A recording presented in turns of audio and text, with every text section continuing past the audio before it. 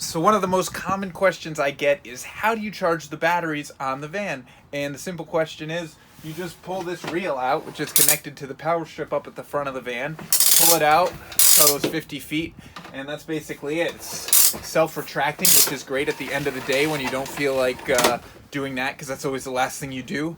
And it powers this power point up at the front. So the reel's right here. You pull it out, plug it into the customer's house or your own workshop or what have you. And then that basically just charges all these batteries. And then we've got the plug right here if we want to run the compressor that's also plugged in. So it's really rudimentary. There's just a power cord that runs straight from the reel back to here. But it does the trick. Eventually I'll probably make it a little bit fancier, but for now, easy and it works.